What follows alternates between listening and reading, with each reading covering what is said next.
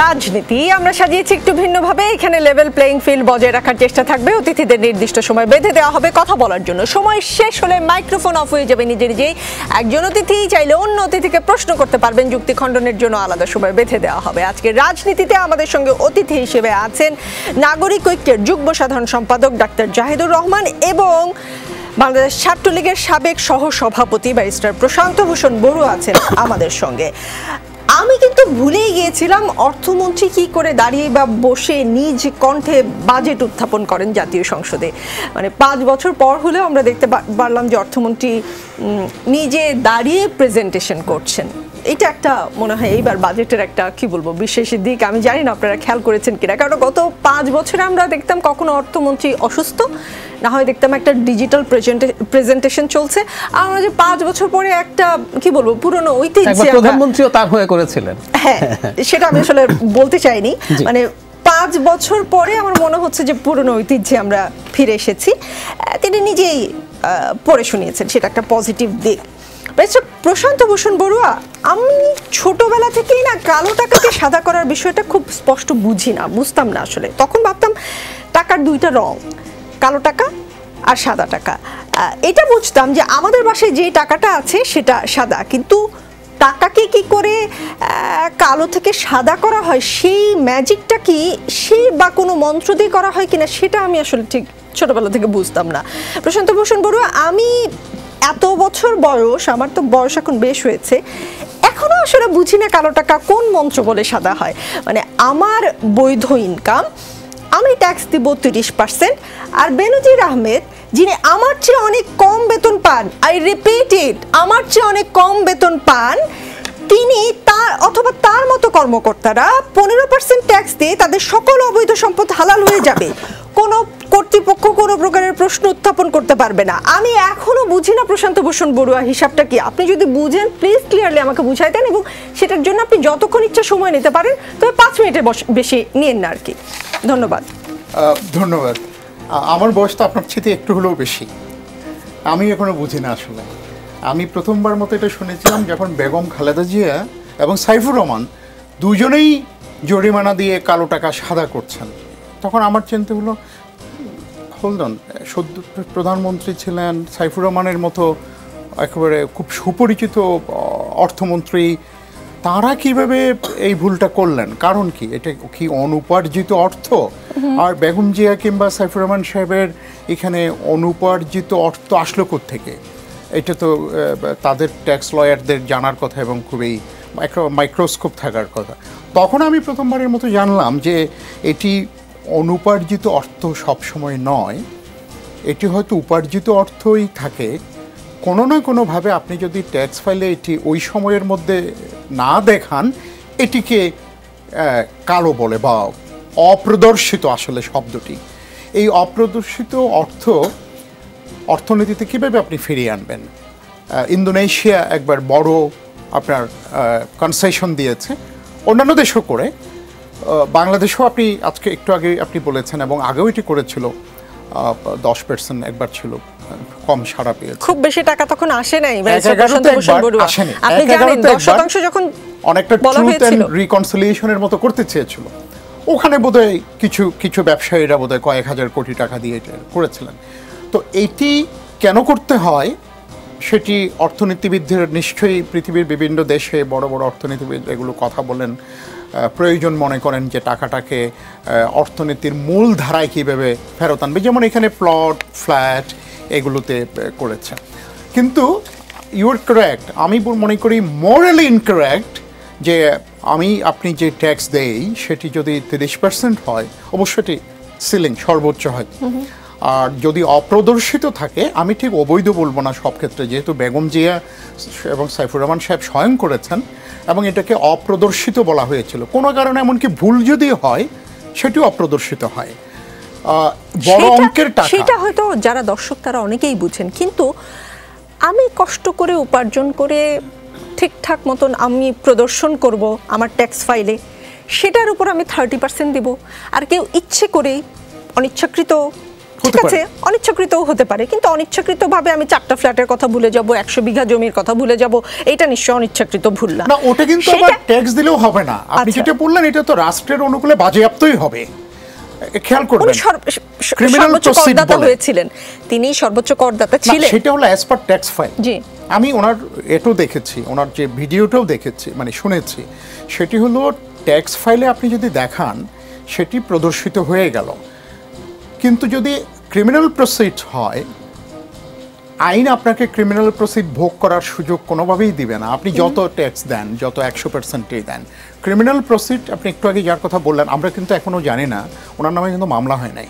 মামলা হতে পারে, উনি দোষী হতে পারেন, নির্দোষও হতে পারেন, টেকনিক্যালি শেষ পর্যন্ত এটি হবে। তখন যদি দোষী হন রাষ্ট্রের অনুকূলে, সেটা কিন্তু বাজেয়াপ্ত হবে। এখানে কিন্তু ট্যাক্স দিয়ে, আপনি একটু আগে যেটি বললেন, এই সম্পত্তি ভোগ করবার কোনো সুযোগ নেই। তো বাট একটা জিনিস দেখেন, আমি একটা জিনিস আজকে বলছি, দেখেন আমাদের কি অবস্থা ছিল। আপনার একটা ছোট্ট উদাহরণ দিই, দারিদ্র্যের এবং অতি দারিদ্র্যের হারটা শুধু বলবো, আমি পরিসংখ্যানে যাব না অত। 2006 সালে 41.51 ছিল, যেটি 23 সালে 18.7 এসছে। আপনার অতি দারিদ্র্যের হার 25.1 ছিল 2006-এ, এটা 5.6 আসছে। আর আশ্রয়নের ঘরগুলোর কথা যদি বলেন, that is a human success story. মানুষের মান, অভিমান, আনন্দ, বেদনা এবং যে বলি যে ঐশ্বরিক একটা সন্তুষ্টি, সেটি কিন্তু এই বাজেটে দেখবেন। আপনার সোশ্যাল সেফটি নেটের জন্য কি পরিমাণ আপনার সাবসিডি রাষ্ট্র দিচ্ছে। হ্যাঁ, আপনি বলবেন আমার ট্যাক্স, তো আপনার ট্যাক্স তো অন্যান্য সরকারগুলোও পেয়েছিল, তারা কেন গরিব মানুষকে এই টাকা পুনর্বরাদ্দ দেয়নি, রিঅ্যালোকেট করেনি? ট্যাক্সও আছে, বিদেশি ঋণও আছে। জি, সেই ঋণ রিঅ্যালোকেশন কেন দেয়নি? জি, সেই ঋণ আওয়ামী লীগ সরকার দিয়েছে। আমি এটাই বলতে চাই। আমার মনে হয় ব্যারিস্টার প্রশান্ত ভূষণ বড়ুয়া প্রথম প্রশ্ন যেটা করেছিলাম সেটার উত্তর আপনি ব্যারিস্টার মানুষ, আইনের দিকও দেখিয়েছেন, বলেছেন এখনো পর্যন্ত যে বেনজির আহমেদের সকল সম্পত্তি অবৈধ বা তিনি দোষী, মামলা হয়নি। জি, মামলা হয়নি, সেটা হতে পারে। আপনি আইনের দিকটা ভালো বুঝবেন। যদিও আমাদের প্রসঙ্গ বাজেট, একটা জাহিদুর রহমান, আপনি তো ব্লগে, টকশোতে, পত্রিকায় সারাক্ষণ সরকারের সমালোচনা করতে থাকেন, যেখানেই দেখি। এবারের বাজেটে কোথায় কোথায় সমস্যা দেখেন? বড় সমস্যাগুলো আগে বলুন, পরে হয়তো আমরা ইনডেপথ ছোট ছোট সমস্যা নিয়ে কথা বলবো। আপনার জন্য 5 মিনিট সময়, তবে পুরোটা 5 মিনিটেই সারবার চেষ্টা করবেন। ধন্যবাদ আপনাকে। সরকারের সবসময় সমালোচনা করি, এটার একটু ব্যাখ্যা দেওয়া দরকার আছে। সরকারের প্রশংসা করার কিছু নাই। একটা সরকার যখন ক্ষমতায় যায়, যেমন ধরুন এবারকার প্রায় 8 লাখ কোটি টাকার বাজেট, তার মধ্যে 2,63,000 কোটি টাকা হচ্ছে উন্নয়ন বাজেট, রেস্ট বাজেটটা হচ্ছে অপারেশন যে কস্ট, মানে একটা সরকার চালানোর যে খরচ, এর মধ্যে বেতন আছে, সুদের টাকা আছে, এরকম তার অন্যান্য যেসব ওভারহেড আছে, সেই টাকা দিয়ে একটা সরকার আমরা পুষি। সেই সরকার কিছু কাজ করারই কথা আছে। সুতরাং উনি ভালো টালো কি করেছে এই আলোচনা না, সমালোচনাই হতে হবে। আপনি টাকা নিয়ে যদি কিছু আপনার দায়িত্ব কিছু পালন করেন, তার জন্য গলা চড়িয়ে বলার কিছু আসলে নাই। রাদার আপনি টাকা নিয়ে, এবং এই টাকা নিচ্ছেন, আবার যে উন্নয়ন বাজেটে যে টাকা, সেখান থেকে বিরাট টাকা লুট করছেন, তারপরও আপনি কাজ করবেন না, এটা নিয়ে সমালোচনা হওয়া উচিত। কি নিয়ে আলোচনা করা দরকার? প্রথম কথাটা হচ্ছে, এই বাজেটে একটু যদি টেকনিক্যালি বলি, যে দেশে যে একটা অর্থনৈতিক সংকট চলছে, সরকার স্বীকার করছে, সে যদিও কতগুলো অন্যকে ব্লেম করার চেষ্টা করছে। সেই কবে করোনা হয়েছে, সেই কবে রাশিয়া ইউক্রেন যুদ্ধ শুরু হয়েছে, সেটা এখনও চলছে, এখনও নাকি সব আমাদেরই হচ্ছে। এইসবকে দেখিয়ে তারা বলছেন যে সমস্যা কিছু আছে। এটার রিফ্লেকশন অলমোস্ট নাই। অলমোস্ট কেন বলছি? কিছুটা রিফ্লেকশন আছে। একটা ছোট তথ্য দেই। গত বছরের যে বাজেট ছিল, সেটা তার আগের যে অর্থ বছরের বাজেট, আমরা দর্শকরা অনেকে হয়তো জানি না বা অনেকে খেয়াল করি না, আমরা এই বাজেটটা নিয়ে অনেক আলোচনা করি। এরপর কিন্তু একটা সংশোধিত বাজেট হয়। বাজেট কিন্তু শেষ পর্যন্ত বাস্তবায়ন হয় না, নানান রকম কাটছাট করে আপনার সিরিয়াস ইনএফিসিয়েন্সি আছে, দিনের শেষে আরেকটা বাজেট দাঁড়ায়। ওই বাজেটটাও কিন্তু সংসদে পাস হতে হয়। সো সংশোধিত বাজেট 22-23-এ যেটা ছিল, তার তুলনায় 15-16% মতো বেশি ছিল। এটা বাংলাদেশের ট্রেন্ড, যে সংশোধিত বাজেটে 15-16% মতো বেশি রেখে পরেরটা করে চোখ বন্ধ করে সবগুলো 10%, 5% করে বাড়াতে থাকে। আমাদের আসলে এর মধ্যে কোনো রকম কোনো ক্রিয়েটিভিটি নাই, এবং আমরা একটা শব্দ ব্যবহার করি গতানুগতিক বাজেট। সেই কথাটাও গতানুগতিক হয়ে গেছে এখন। তারপর we have to say that এবারকার বাজেটে গত সংশোধিত বাজেটের তুলনায় 11% বেশি। তার মানেটা হচ্ছে আগের তুলনায় কিছুটা কম বেড়েছে। হালকা এক ধরনের মনে হতে পারে যে সরকারের স্বীকৃতি আছে, কিন্তু যেই ধরনের প্রাক্কলন আপনি করছেন, যে আপনি এই পরিমাণ আয় করবেন, আপনি গতবার যে এর মানে রেভিনিউ আর্ন করবেন যা ভেবেছেন, তার চেয়ে 70,000 কোটি টাকা এবার বাড়িয়েছেন। মানে এর চেয়ে কোনো উদ্ভট কথা হতে পারে না। উদ্ভট করা কেন হতে পারে না বলছি, সরকার ডলার সংকটে পড়ার পর থেকে সরকার একটা কৌশল নিয়েছে। সে করেছে কি, অর্থনীতিটাকে ইম্পোর্ট রেস্ট্রিক্ট করে অর্থনীতিটাকে সে যথেষ্ট মন্দার মধ্যে প্ল্যান করে ঢুকিয়ে দিয়েছে। অর্থনীতি যখন মন্দায় ঢুকে যাবে, আমাদের তো আসলে পরোক্ষ ট্যাক্স, এটা ট্রেডিশন, আমরা এবারও মানে ইনকাম ট্যাক্স কাগজে কলমে দেখাচ্ছি 36% of the total tax revenue, মানে 1/3 সামান্য বেশি, 2/3 আসলে ইনডিরেক্ট ট্যাক্স। আমরা প্রায় একটা কথা বলি, সেটা হচ্ছে ইনডিরেক্ট ট্যাক্স কিন্তু ইনসাফের ট্যাক্স না, এখানে ধনী গরিব সবার উপরে একই সমান ট্যাক্স পড়ে। যাই হোক, তো আপনার এইটার মধ্যে আপনার ইম্পোর্ট কমে যাওয়া মানে ইম্পোর্ট ডিউটি কমছে, আপনি ভ্যাট কমে যাচ্ছে, এমনকি ইনকামও মানুষের কমবে, সবই কমবে। তো তাহলে আপনি এটা বাড়াচ্ছেন কিভাবে? আপনি এটা আওতা বাড়ানোর চেষ্টা করছেন, এবং এটা আলটিমেটলি কখন করছেন? যখন মানুষ অর্থনৈতিক সংকটে আছে, তার উপর আপনি আবার নতুন করে অনেক জায়গায় ট্যাক্স বাড়িয়ে দিচ্ছেন। নাম্বার 2 হচ্ছে, আমরা 2-3টা সেক্টর নিয়ে খুব কথা বলি, এটা খুব জরুরি, এই কথাটা বলা খুব জরুরি। একটা স্টেট আদতে মানুষের ওয়েলফেয়ার করতে চায় কিনা। হেলথ যে বাজেটের অ্যালোকেশন, আমরা আবারও বলছি অ্যালোকেশন, আপনি অ্যালোকেশন করা মানে এটা বাস্তবায়ন করবেন তা না। গত বাজেটে 38,000 কোটি টাকার মতো হেলথে অ্যালোকেশন ছিল, কিন্তু আপনি এখানে 29,000 কোটি টাকার মতো মাত্র খরচ করতে পেরেছেন, 10,000 কোটি টাকার মতো খরচ করেন নাই। আপনি শিক্ষায় গত বছর 1,04,000 কোটি টাকা ছিল, কিন্তু আপনি খরচ করতে পেরেছেন 89,000 crores।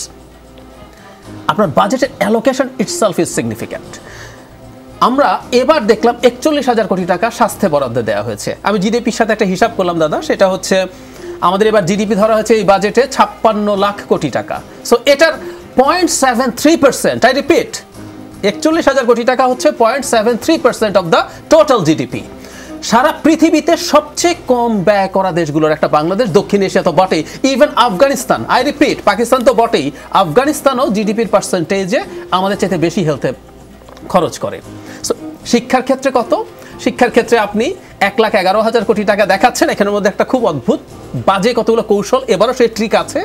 বিজ্ঞান প্রযুক্তি মন্ত্রণালয়ের অধীনে রূপপুর পারমাণবিক বিদ্যুৎ কেন্দ্রের জন্য 12,000 কোটি টাকার অ্যালোকেশন, এটাও শিক্ষা বলে চালিয়ে দিচ্ছেন আপনি। আসলে আপনি টোটাল শিক্ষা, প্রাথমিক গণশিক্ষা, মাধ্যমিক উচ্চ মাধ্যমিক, মাদ্রাসা ভোকেশনাল এবং বিজ্ঞান প্রযুক্তি মিলে 1,11,000 কোটি টাকা দেখেন, ওর মধ্যে কিন্তু 12,000 কোটি টাকা আছে রূপপুর পারমাণবিক বিদ্যুৎ কেন্দ্রের। আচ্ছা, আমি যদি এই পুরোটাও ধরি তাহলে জিডিপির কত পার্সেন্ট হয়? ইটস 1.98%। তার মানেটা হচ্ছে 2%-এরও নিচে। হেলথে কথা হচ্ছে WHO বলে আমাদের মতো দেশের 5% অফ জিডিপি করার কথা, আর এডুকেশনে 6% অফ জিডিপি। আমরা রূপপুর ধরেও 2%ও করি নাই, again which is one of the lowest in the whole world, আর সাউথ এশিয়াতে বটেই। সো এই ঘটনাগুলো আছে। তারপরে আরেকটা জরুরি জায়গা আছে, সেটা হচ্ছে ইনকাম ট্যাক্সের যে লোয়েস্ট লিমিট আছে 3.5 লাখ টাকা। আপনি তখন স্বীকার করছেন 10% আপনার ইনফ্লেশন আছে। সো যেই মানুষটা 3.5 লাখ টাকার বেশি বাৎসরিক আয় হচ্ছে, তার ইনকাম তো আদতে 10% কমে গেছে। সেই মানুষটার কোনো রকম কোনো, এবং এই ইনফ্লেশনের সময়ে আপনি ওই যে সিলিংটা ওটা বাড়ালেন না। 3.5 লাখ টাকা মানে হচ্ছে 30,000 টাকার নিচে মাসিক আয়। একটা মানুষ 30,000 টাকার নিচে মাসিক আয় করে সে তার সংসার পরিবার কিভাবে চালায় আমরা কি বুঝি না? 50,000 টাকাও কি কোনো টাকা এখনকার ইনফ্লেশনের বাজারে পরিবার নিয়ে কেউ যদি জীবনযাপন করতে চায়? আপনি এই জায়গাটাও চেঞ্জ করেন নাই। সো মানুষের যে একটা কষ্ট আছে, মানুষের যে একটা সংকট আছে, সেটা আপনি রিকগনাইজ করেন নাই একেবারে। আরো 1 মিনিট সময় ছিল, কিন্তু আমার মনে হয় আমি বুঝিনি, আমি কিন্তু শেষ করা, আমার আরো অনেক পয়েন্টস আছে। না, আমরা পরবর্তীতে আসবো আবার আপনার কাছে। ব্যারিস্টার প্রশান্ত ভূষণ বড়ুয়া, বাজেটে রাজস্ব আয়ের লক্ষ্যমাত্রা থাকছে 5,41,000 কোটি টাকা, বাকি 2,56,000 কোটি টাকা ঋণ নেওয়ার লক্ষ্যমাত্রা থাকবে। ঘাটতি মেটাতে ব্যাংকেই বেশি নজর দিচ্ছে সরকার। 2024-25 অর্থ বছরের বাজেটে ব্যাংক থেকে সরকার ঋণ নিতে চায় 1,37,000 টাকা, আর সঞ্চয়পত্র থেকে 15,400 কোটি টাকা। ব্যাংক খাত থেকে যে ঋণের লক্ষ্যমাত্রা ধরা হয়েছে, সেটা এখন ব্যাংকের যে অবস্থা, সেই অবস্থায় আপনি কতটা বাস্তবসম্মত মনে করেন? 2 মিনিট সময়। দেখুন, একটু সমালোচনা আছে যে ব্যাংক খাত থেকে সরকার লোন নিলে বেসরকারি খাতের জন্য ঋণের প্রাপ্যতা কমে যায়। এটি সব ক্ষেত্রেই হয়, এটি বাংলাদেশ বলে নয়। তবে বাংলাদেশের আমাদের যে জিডিপির অনুপাতে আপনি খেয়াল করবেন, আমরা এখনও সর্বোচ্চ 35% আমরা ঋণ নিয়েছি। এটি সৌদি আরব, ইন্দোনেশিয়া এবং অনেক উন্নত দেশগুলোর ক্ষেত্রেও এটি 50 থেকে 65% পর্যন্ত রয়েছে। ওই দিক থেকে আমরা একেবারেই সেফ সাইডে রয়েছে। আর আমাদের বৈদেশিক ঋণের আপনার যে সভরেন গ্যারান্টি, এটি কখনোই মিস হয়নি, আমরা কখনো ডিফল্টার হয়নি। এদিক দিয়ে বাংলাদেশের রেকর্ডটি খুবই ভালো, যেখানে আপনার বাংলাদেশ স্বাধীন হওয়ার পরপর ভবিষ্যৎবাণী করা হয়েছিল যে $900 ইনকাম করতেই 90 বছর লাগবে বাংলাদেশের, তো সেটি বহু আগে আমরা 2700 অতিক্রম করেছি। এবং বোস্টন কনসাল্টিং গ্রুপের প্রজেকশন যদি ধরেন, আমরা 33 বা 34 সালের মধ্যে $1 ট্রিলিয়ন অর্থনীতির দিকে আমরা এখনও এগিয়ে যাচ্ছি। সূচকগুলো সব ঠিক আছে, ভালো আছে। তবে যেই বিষয়টা হয় কি, মার্কিন প্রেসিডেন্ট নির্বাচনকে নিয়েই বলা হয়েছিল যে কি আপনার বার্নিং ইস্যুটা কি, ও তখন বলা হচ্ছিল সেই বিখ্যাত ডায়লগ, ইটস ইকোনমি স্টুপিড। তো আমরা যেটি চাই যে মানুষ খেয়ে পড়ে বেঁচে থাকুক, কর্মসংস্থান তৈরি হোক। আপনি খেয়াল করে দেখবেন খুব বড় প্রকল্পের কিন্তু এখানে অর্থ সংস্থান আর করতে হচ্ছে না, এই বাজেটও না, এর আগের বারও হয়নি। বরং সরকার নজর দিচ্ছে ছোট ছোট মাঝারি প্রকল্পগুলোতে যেখানে কর্মসংস্থান হয়, এবং যতক্ষণ সেটি না হয় প্রায় 4.25 কোটি মানুষকে সোশ্যাল সেফটি নেটের আওতায় আনা হয়েছে। এর আগে 2.5 কোটি মানুষকে ক্যাশ টাকাও দেওয়া হয়েছে। অনেকে বলে যে ক্যাশ টাকাটা তো খরচ করে ফেলে, বাট এটা দরকার তাৎক্ষণিকভাবে। কিন্তু এই যে কর্মসংস্থানমুখী যে প্রকল্পগুলো, কৃষিতে 25,000 কোটি টাকার বেশি আপনার সাবসিডি রয়েছে, এবং সার, পানি, এইগুলোতে আপনি লক্ষ্য করছেন যে যাতে আপনার উৎপাদনটি ঠিক থাকে এবং রপ্তানি।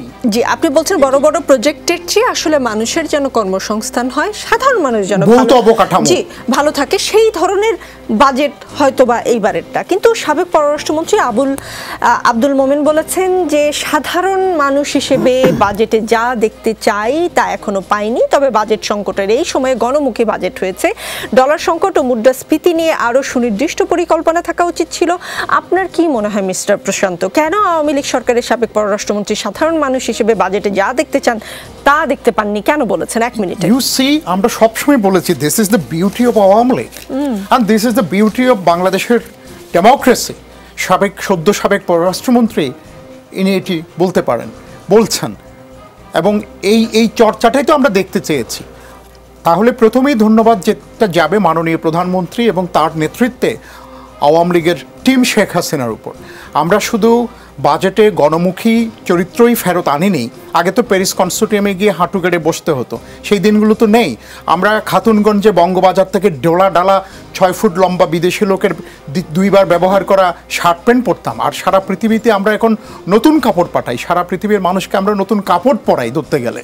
তো আজকে মোমেন সাহেব যেটা বলেছেন, that is the dividend of democracy. You see, আমি ধন্যবাদ জানাই এটি তোলবার জন্য, কিন্তু পাশাপাশি এটি দেখবেন আজকে অর্থনীতিবিদদের আপনার সমীক্ষাগুলো দেখবেন, মতামত এই বাজেটে দেশীয় শিল্পকে প্রোটেকশনের পাশাপাশি একেবারে অপরিহার্য খাতে আমদানির জন্যও কিন্তু শেষ করতে হবে প্রস্তাব করা হয়েছে। তো আমি মনে করি অবশ্যই এটি সাধারণের জন্য, সাধারণ মানুষের জন্য এটি একটি কল্যাণমুখী বাজেট। জি, ডাক্তার জাহিদুর রহমান, ব্যারিস্টার প্রশান্ত ভূষণ বড়ুয়া বলছেন, যেটা সাবেক পররাষ্ট্রমন্ত্রী বলেছেন যে তিনি আসলে জনগণের জন্য যে সাধারণ মানুষ হিসেবে বাজেটে যা দেখতে চান সেটা দেখতে পাননি, সেটাকে প্রশান্ত ভূষণ বড়ুয়া প্রেইজ করছেন যে ডিভিডেন্ড অফ ডেমোক্রেসি, সেটাকে বলছেন।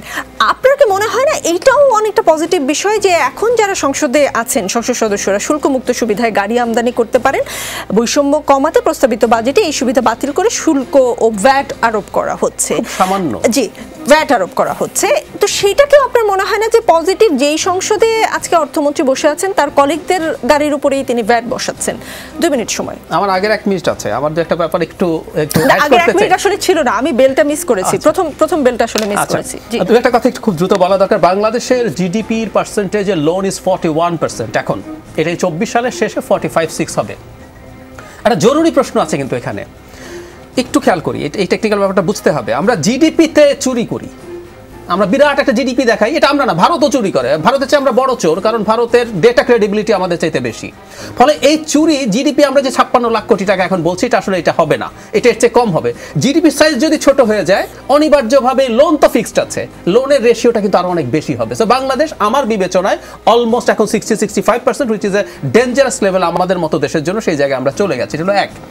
এবং লোন নেওয়া বড় কথা না, আপনি লোন নিয়ে কি করছেন আসলে, সেটা কি ইউটিলাইজ করছেন, সেটা কি জেনারেট করার মতো, যেটা অনেক আপনার ইকোনমিকে অনেক সামনে নেবে, সেরকম কিছু করছেন, তাহলে লোনের একটা ইউটিলিটি থাকে। কিন্তু আপনি এমন সব নন প্রোডাক্টিভ কাজ করছেন যেটা আদতে হচ্ছে না। আপনি কক্সবাজারের সাথে একটা রেল লাইন বানিয়ে 25,000 কোটি টাকা খরচ করেছেন, ওখানে ট্রেন বন্ধ করে দিয়েছেন। আপনি যে কর্ণফুলী টানেল আছে সেটার মধ্যে দিয়ে যথেষ্ট পরিমাণ গাড়ি আসা যাওয়া করছে না। সো এরকম প্রচুর, এবং আপনি এখন যে যমুনা সেতুতে রেল সংযোগ করছেন, যে পুরো রেল গাড়ি যাবে, এটা একেবারে আননেসেসারি প্রজেক্ট। এইগুলো করে করে আপনি যখন ঋণ নেন, সেটা দেশের অর্থনীতিকে ধ্বংস করে। সোশ্যাল সেফটি নেট নিয়ে একটা তথ্য দেই দাদা, হুইচ ইজ ভেরি সারপ্রাইজিং। এই বাজেটে মাত্র 2 লাখ, আই রিপিট, মাত্র 2 লাখ উপকারভোগী বাড়ানো হয়েছে বয়স্ক এবং বিধবা ভাতা দিয়ে। ভাতার পরিমাণ একই রাখা হয়েছে। তার মানেটা হচ্ছে এই যে সরকার নিজে স্বীকার করছে 10% হচ্ছে আমাদের ইনফ্লেশন। রাষ্ট্রীয় আরেকটা প্রতিষ্ঠান বিআইডিএস কিন্তু বলছে ইটস 15%। 10%ও যদি ধরে, এই 10% এই গরিব মানুষগুলোর 10%ও বাড়ান নাই। 600 টাকা যিনি পেতেন তার এখন 600 টাকার 60 টাকা কমে গেছে সরকারি হিসাবে, 1 টাকাও বাড়ান নাই। আরেকটা কথা জরুরি, সেটা হচ্ছে সোশ্যাল সেফটি নেটের নামেও একটা ফাজলামো আছে। আই রিপিট, ফাজলামো। কারণ হচ্ছে প্রান্তিক মানুষকে আপনি যা দেন, এই অ্যামাউন্টটা আপনার যে এই যে 1 লাখ কোটি টাকার বেশি দেখান, তার মধ্যে পেনশন আছে, মুক্তিযোদ্ধা ভাতা আছে, তার মধ্যে আপনার সঞ্চয়পত্রের সুদ আছে, করে এত বড় একটা অংশ দেখান। ভালনারেবল মানুষকে যেটা দেন, আই ক্যালকুলেটেড, এটা 15,000 কোটি টাকার চাইতে একেবারেই বেশি না, অত্যন্ত নমিনাল একটা বরাদ্দ। আর গাড়ির যে শুল্কমুক্ত, সেটা নিয়ে একটু যোগ করে দেই, আমি এটাকেও যথেষ্ট মনে করি না। আমি মনে করি সংসদের গাড়ির জন্য স্বাভাবিক এই যে ন্যূনতম কোনো সুবিধা 25% ট্যাক্স, এই যে ধরুন হাই, মানে খুবই ভালো মানের, খুবই হেভি, খুবই ভালো ক্যাপাসিটির এসইউভি আনা হচ্ছে, এগুলোতে 300-400-500% পর্যন্ত ট্যাক্স আছে।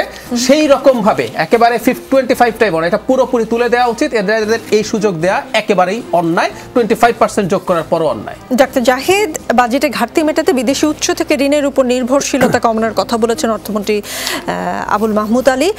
বিদেশি উৎসের ঋণের উপর নির্ভরশীলতা কমানো কি আসলেই সম্ভব কিনা, সেই কোনো সম্ভাবনা আপনি দেখেন কিনা? আর ব্যাংকের থেকে ঋণের নেওয়ার কথা আমি বলছিলাম, ব্যাংকের যে এখন অবস্থা, সেক্ষেত্রে সরকার যদি ব্যাংক থেকে ঋণ নেয়, সেটাও কতটা বাস্তবসম্মত, সেটাও একটু আপনি যোগ করবেন। প্রশান্ত ভূষণ বড়ুয়া এর উত্তরে কি বলেছেন আপনি নিশ্চয়ই শুনেছেন, আপনাকে 2 মিনিট সময় দিচ্ছি। ধন্যবাদ। ব্যাংক থেকে যথেষ্ট পরিমাণ টাকা দিতে পারবে না। ব্যাংকের লিকুইডিটি ক্রাইসিস ইজ সিভিয়ার। কারণ আমরা দেখি ব্যাংকের ক্রাইসিস এতটাই আছে যে ব্যাংক এখন আন্তঃব্যাংক যে ইন্টারেস্ট রেট বলে, কল মানি, প্রায় এটা অনেক বেশি উঠে যায়। আসলে আপনি কি করবেন, যেহেতু এই টাকা পাবেন না, দিনের শেষে আপনি এর আগের অর্থ বছরেও প্রচুর টাকা ছাপিয়ে, মানে বাংলাদেশ ব্যাংক থেকে আপনি টাকা নিয়েছেন, এভাবে বলা হয়। এগুলোর একটা টার্ম আছে, এগুলো হাই পাওয়ার্ড মানি। এগুলো যখন বাজারে আসে, অর্থনীতির টাইপ অনুযায়ী এত বিস্তারিত ব্যাখ্যার সুযোগ নাই, 5 টাইমসের মতো বর্তমানে ইকোনমিক অবস্থায় ইম্প্যাক্ট তৈরি হয়। তার মানে আপনি 1000 কোটি টাকা বাজারে ছাড়ছেন, মানে 5000 কোটি টাকা বাজারের ইম্প্যাক্ট হবে। এগুলো রোল হতে থাকে, এগুলো ইন্টারেস্ট যেতে থাকে, এগুলো আবার নতুন করে লোন হতে থাকে, এইভাবে। ফলে বাজারে মানি সাপ্লাই বেড়ে আলটিমেটলি বাংলাদেশের ইনফ্লেশন আরও খুব খারাপ দিকে যাবে। এবং এটা আপনার করতে হবে, কারণ আমি বলছি আপনি রেভিনিউ আর্ন করতে পারবেন না। অর্থনীতিকে আপনি প্ল্যান করে মন্দার দিকে নিয়ে গেছেন, আপনার টাকা লাগবে, ব্যাংক থেকে এটা হবে না, আগেও হয়নি। আগের অর্থ বছরের চাইতে অবস্থা এখন আরও বেশি খারাপ। বৈদেশিক উৎস থেকে সরকার কমানোর চেষ্টা করছে, আসলে এটা খুবই বোকার মতো কথা হবে। কারণটা কেন? আপনার যখন বৈদেশিক ঋণ প্রচুর আছে, সেটা বাংলাদেশের টাকা দিয়ে তো আপনি পরিশোধ করতে পারছেন না, আপনার লাগবে। এবং কিছুদিন আগে আমরা দেখেছি চায়নার কাছ থেকে ইউয়ানে $5 বিলিয়ন সম পরিমাণ যে ঋণ চাইছে, সেটা বাজেটারি সহায়তার জন্যই তারা বলছে। আপনার যে পরিমাণ বৈদেশিক ঋণ, যে পরিমাণ টাকা আপনার কাছ থেকে বিদেশিরা পায়, আদানির একজন ডিরেক্টর বাংলাদেশে এসছে, আদানি কাগজে কলমে, সরকার এত বড় লোক $40 কোটি মতো টাকা দিতে পারছে না। বিমান এয়ারলাইনগুলোর $30 কোটি মতো আছে, $30 কোটি, আই রিপিট, বা $34 কোটি আপনি দিচ্ছেন না। তার জন্য ইন্টারন্যাশনালি আপনার মানিজ্যত যাচ্ছে। বাংলাদেশের চাইতে খারাপ আরেকটা দেশ আছে, 1 নম্বর খারাপের দিক থেকে হচ্ছে পাকিস্তান, 2 নম্বর বাংলাদেশ, তাদের $40 কোটি মতো। আপনি আমেরিকানদের টাকা দিতে পারছেন না। ডোনাল্ড লু এসে, আমেরিকান কোম্পানি শেভরন বাংলাদেশে গ্যাস তুলে, আমাদের গ্যাসের মেজরিটি ওরা তোলে এবং যথেষ্ট কম্পিটিটিভ প্রাইসে গ্যাস দেয়, সে তার টাকা নিয়ে যেতে পারছে না। এগুলো তো আপনার লাগবে। আপনি বৈদেশিক ঋণ নেওয়ার জন্য মুখিয়ে আছেন, সুতরাং আপনার পক্ষে কোনোভাবেই সম্ভব না বৈদেশিক ঋণ ছাড়া সামনের সময়। প্রশান্ত ভূষণ বড়ুয়া, বাজেট বলতে সাধারণ মানুষ আমরা যেটা বুঝি, কোন জিনিসের দাম বাড়লো, কোন জিনিসের দাম কমলো, আমরা গণমাধ্যমে সেটার উপরেই জোর দিই। কারণ মানুষ আসলে বাজেটের এত কঠিন কঠিন হিসাব নিকাশ, জটিল অঙ্ক না বুঝলেও এটা বুঝে বাজেট প্রস্তাব হলেই যেটা আতঙ্কে থাকে আমরা একদমই সাধারণ মানুষ যারা, পরদিন থাকে শুক্রবার সকালে বাজারে যেতেই ভয় লাগে। মানে আগামীকাল বাজারে গিয়ে জিনিসপত্র কিনতে পারবো কি পারবো না, আপনার কি মনে হয় আগামীকাল সকালটা বাংলাদেশের সাধারণ জনগণের জন্য কেমন হবে? 1 মিনিটে বলেন যদি। ধন্যবাদ।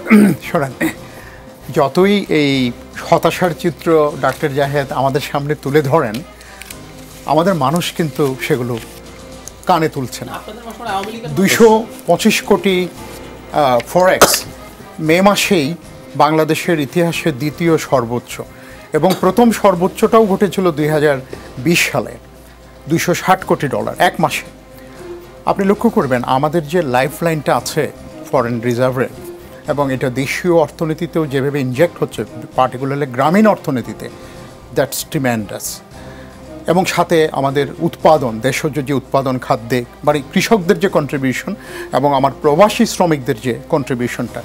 সুতরাং যেই হতাশার কথা এবং ডলার ক্রাইসিস এবং এগুলো যে ওঠানামা করছে, আমাদের 3 মাসের রপ্তানি আপনার মানে দায় মেটানোর মতো টাকা আছে এখন। এই যে খেয়াল করবেন যে এই টাকাগুলো কোথায় যাচ্ছে? অত্যাবশ্যকীয় পণ্য আমদানির জন্য, আমার রপ্তানি প্রণোদনা ঠিক রাখবার জন্যই তো বেশি যাচ্ছে। সেক্ষেত্রে কিন্তু যারা মূল অ্যাক্টরস, যারা আর্ন করে হার্ড আর্ন মানি, তারা কিন্তু ডাক্তার জাহেদদের কথাগুলো তুলছেন না। তারা তাদের অভিজ্ঞতা থেকে দেখছেন government is in right track, let's stand by the government and they are standing by us. যে আমার মনে হয় প্রথম প্রশ্নের উত্তর দিয়েছেন, আমি একটু সুযোগ নেই। আপনি যেহেতু বলছেন মানুষ এসব জটিল অঙ্ক বা এসব ডাক্তার জাহেদদের নেগেটিভ কথা শুনছে না, আপনি আসলে কোন মানুষদের কথা বলছেন? ডাক্তার জাহেদ মাঝখানে একটু ফোরনও কেটেছে, তার ফোরন ধরেই আমি প্রশ্নটা করি। এই বাজেটকে স্বাগত জানিয়ে আনন্দ মিছিল করেছে ঢাকা মহানগর, উত্তর দক্ষিণ আওয়ামী লীগ, যুবলীগ, স্বেচ্ছাসেবক লীগ, ছাত্রলীগ সহ দলের অঙ্গ সহযোগী সংগঠনের নেতাকর্মীরা। বাজেট উত্থাপন হলো, আমরা ঠিকমতো বুঝতেই পারলাম না, ভালো হলো মন্দ হলো, বিশ্লেষণ হবে, বিচার বিশ্লেষণ হবে। তারা আগে থেকে শিডিউল করে রেখেছে তারা আনন্দ মিছিল করবে, মানে বোঝার আগে আনন্দ করে। আপনিও ছাত্রলীগের ছিলেন, মানে এইটার পেছনে কাহিনীটা কি যদি একটু বুঝিয়ে বলতেন? এই ফোরামটা আমি আনন্দের সাথে গ্রহণ করছি, কারণ তিনি অলক্ষ্যে আওয়ামী লীগের সাপোর্ট বেস বাড়িয়ে দিয়েছেন। এই $225 কোটি যারা পাঠান মরুভূমিতে কাজ করে বা শীতের দেশে কাজ করে, তাদের সকলকেই যদি উনি আওয়ামী লীগ বলতে চান, আমি সানন্দে এটি গ্রহণ করে নেব। আর লক্ষ্য করে দেখবেন কৃষক যার কোনো উইকেন্ড নাই, না 9টা 5টা ডিউটি নাই, 12 ঘন্টা কাজ করে, তাদেরকেও যদি সবাই তুমি আওয়ামী লীগ বলে যোগ করে দেন, আমার সাপোর্ট বেস বেড়ে গেলে আমি আনন্দিত হওয়া ছাড়া আমার তো উল্টোটা হওয়ার কোনো কারণ নেই। আর যেটি একটা কথা আপনি তাকে শুরুতেই বলেছেন যে আপনি তো সরকারের সবসময় বললেন সমালোচনা ছাড়া প্রশংসা করার কোনো জায়গা নেই। ঠিক ওই জায়গাটাতেই যেহেতু সমালোচনা ছাড়া প্রশংসা করার কোনো জায়গা নেই, এই জন্য আমরা তার প্রতিবাদে আমরা প্রশংসার জন্য রাস্তায় নামি, যেটা আমার ন্যায্য পাওনা। কৃপণতার জন্য ওনারা যেটি একটি শব্দও খরচ করেন না, এই জন্য রাস্তায় নামাকে আমার অপরাধ। নিজেরা আনন্দ করেন। জি নিশ্চয়ই, রাজনীতির আলোচনা চলবে, রাজনীতিতে বিরতি বলে কিছু নেই, ফিরছি একটু পরেই। দেখছেন রাজনীতি, আমাদের সঙ্গে আছেন ডাক্তার জাহিদুর রহমান এবং ব্যারিস্টার প্রশান্ত ভূষণ বড়ুয়া। ডাক্তার জাহিদুর রহমান, কংগ্রেস নেতা রাহুল গান্ধী কয়েকদিন আগেও যাকে পাপ্পু বলে সম্বোধন করেছিলেন সমালোচকেরা, শাহজাদা বলতেন, সেই রাহুল গান্ধী ভারত জড়ো যাত্রা করে মাইলের পর মাইল হেঁটে গত বছর 7 সেপ্টেম্বর কন্যাকুমারী থেকে হাঁটা শুরু করে হেঁটেছেন প্রায় 2000 কিলোমিটার পথ। আপনার জানার কথা, আপনি ভারতের যে নির্বাচন, ইন্ডিয়া ইলেকশন নিয়ে আপনি যথেষ্ট গবেষণা করেছেন, আমরা আপনার ব্লগ দেখেছি। বিজেপির সাম্প্রদায়িক রাজনীতির বিরুদ্ধে হেঁটেছেন তিনি, একরকম স্তম্ভিত করে দিয়েছেন বিজেপিকে। এইরকম পাপ্পু আপনাদের বিরোধী শিবিরে কোনো বার্তা দিয়েছে কিনা? বিদেশের আরাম আয়েশের জীবন বাদ দিয়ে আপনাদের পাপ্পু হাঁটবেন এমন কোনো প্রবাবিলিটি কি আপনারা দেখেন কিনা? 2 মিনিট সময়।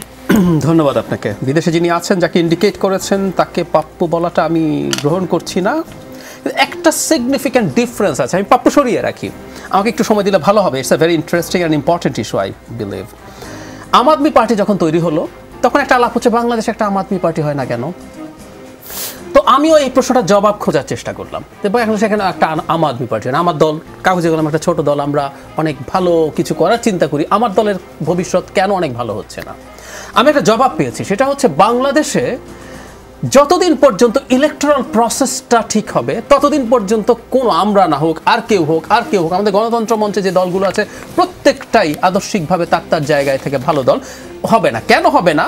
আপনি যখন একটা নতুন দল করছেন, মানুষের কাছে যাচ্ছেন, সেই মানুষ আপনাকে প্রথম প্রশ্ন কি করে জানেন? এই যে সরকারটা আছে, এই সরকারটাকে কথ্য ভাষায় ঠেলদা ফালাবেন কেমনে? ও তো গায়ের জন্য বসে আছে। কেজরিওয়ালকে কিন্তু একটা সরকারকে ঠেলে ফেলতে হয় নাই। কেজরিওয়াল একটা ইলেকশনে গেছে দিল্লিতে, ইলেকশনে তিনি কিছু মানে ক্যাম্পেইন করেছেন, কিছু প্রতিশ্রুতি দিয়েছেন, মানুষ বলে আছে একটু দেখি, একটা রাজ্যই তো দিলাম তাকে, জিতলেন, কাজ করলেন, পরের বার সেই কাজ দেখিয়ে আবার জিতলেন, ওটাকে শোকেস করে পাঞ্জাবে জিতলেন। এই যে তার রাজনীতি, এটার ইলেকশন প্রসেস আছে বলে। সেম থিং রাহুল গান্ধী কি ফাইট করেছেন, আসলে একটা আদর্শের বিরুদ্ধে ফাইট করেছেন, মানুষকে ক্যাম্পেইন করে ভোট তার বাক্সে নিয়ে আসার জন্য। রাহুল গান্ধীকে এই আন্দোলন করতে হয় নাই যে একটা ফ্যাসিস্ট সরকার আছে যে ভোট ছাড়া অস্ত্র দিয়ে ক্ষমতা দিয়ে জোর করে টিকে আছে, তাকে ফেলতে হবে। এবং অনেক সমালোচনার পর জনাব মোদী ক্ষমতায় আসার পর গত 10 বছরে ভারতের ডেমোক্রেটিক ইনস্টিটিউটসগুলো, প্রেস নানান রকম ক্ষয়ের শিকার হচ্ছে, তারপরও অনেক চমৎকার জায়গা আছে। তার একটা উদাহরণ দেই রাহুলের জীবনেই। উনি তো বলেছিলেন যে বিজেপি বলেছে যে কংগ্রেস মুক্ত ভারত হবে, মানে বিএনপি মুক্ত বাংলাদেশ হবে ধরনের ওনাদের জোট সঙ্গীরা মাঝে মাঝে বলে, সেরকম বলেছিলেন।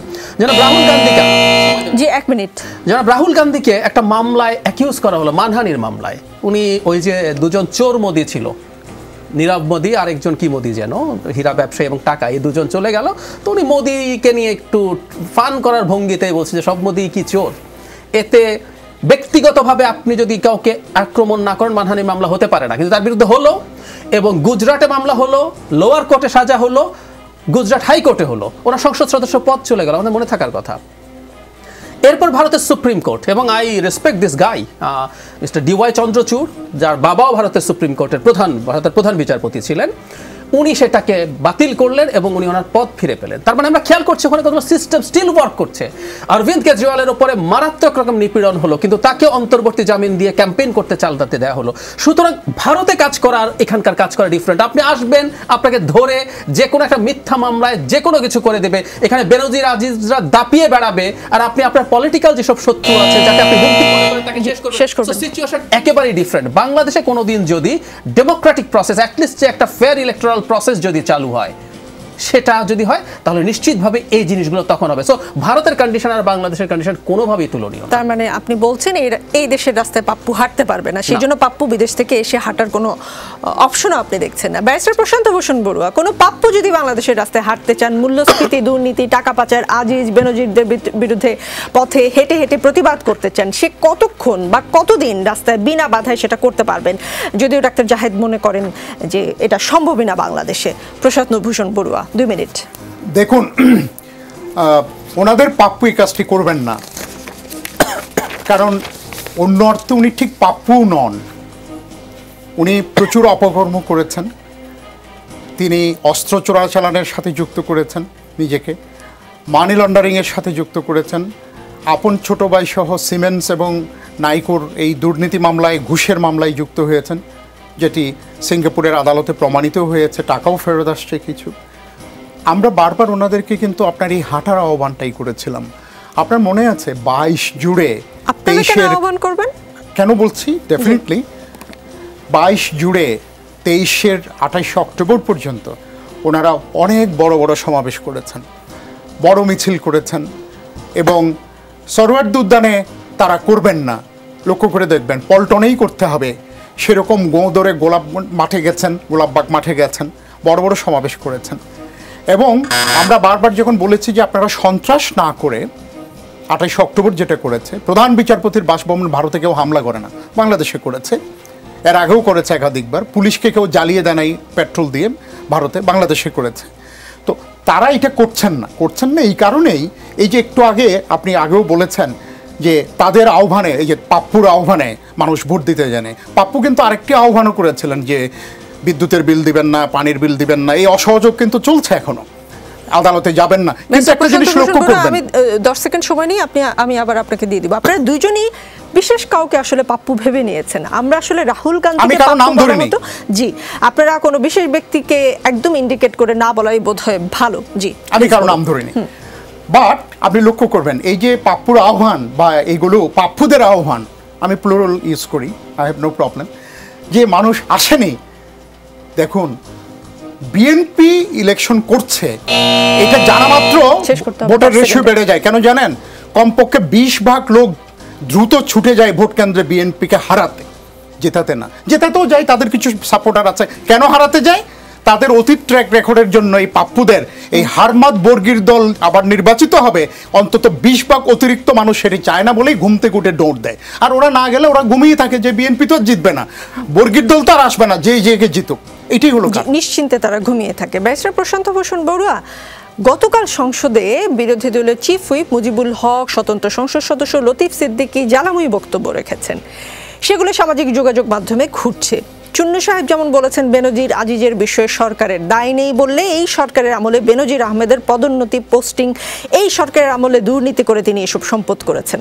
গতকাল তারানা হালিম এমপিও, মানে মানুষ মানবে না আর কি, এসব যদি বলে যে সরকারের দায় নেই সেটা মানুষ মানবে না, তিনি বলেছেন। গতকাল তারানা হালিম এমপিও বেশ কিছু কথা বলেছেন, সেটার উপর তেমন একটা স্পটলাইট পড়েনি।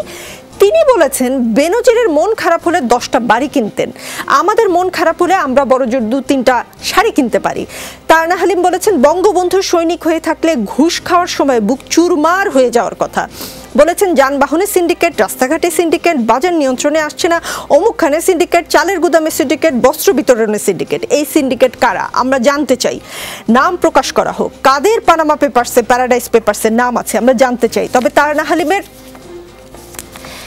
কথার মাঝে ফ্লোর চান চিফ হুইপ নুরি আলম চৌধুরী।